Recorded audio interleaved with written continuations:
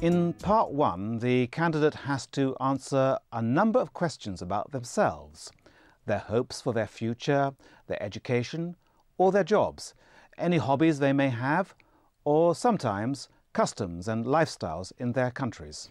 And what should candidates focus on when answering these questions? A major element is extended responses.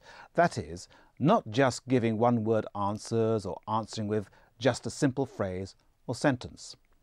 Let's show Danilo from Italy as a good example of this. Hello, my name is Ronald Barnicott.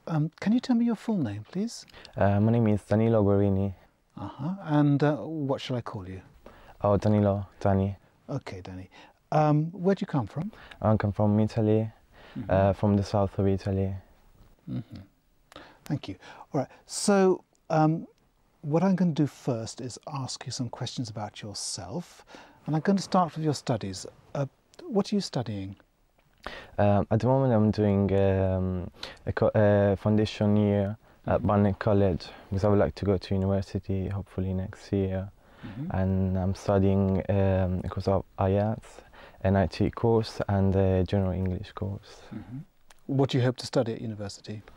I would like to study European studies, which involves politics, international relations, and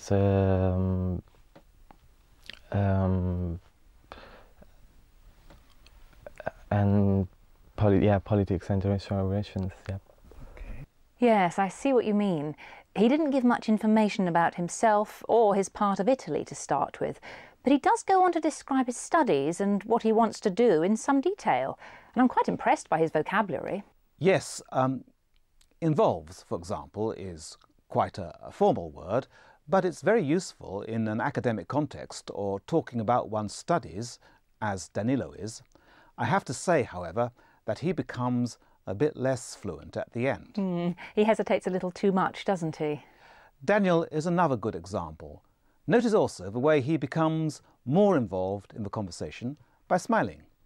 Let's talk about music. Do you play a musical instrument? No, never. What is your favourite kind of music? It could be folk or country. I love that. So in my country it's very popular folk music. Yes, but I'm reminded about what you said about intonation. It is a bit flat in Daniel's case, isn't it? Candidates should have a rising and falling intonation. It makes them sound interested and engaged in the conversation. Very flat intonation can make the candidate seem bored and uninterested and can have a negative effect on the listener. Is there anything else you can suggest? Fillers. It is important that candidates use these to fill the gaps in conversation. They also buy them time to think. Phrases like anyway or you know, actually, etc. Here are some common ones.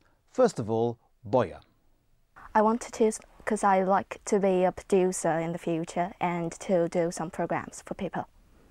What do you find most interesting about your subject? I think is produce programs, the process when I do it, and I think I can find some interesting things in it. Boya uses I think.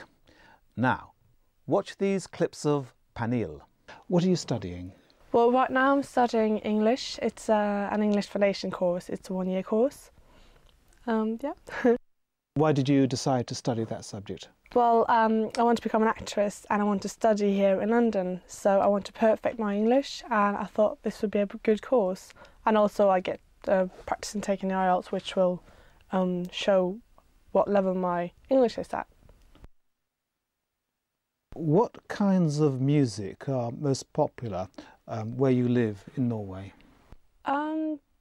Probably American and English pop music, yeah.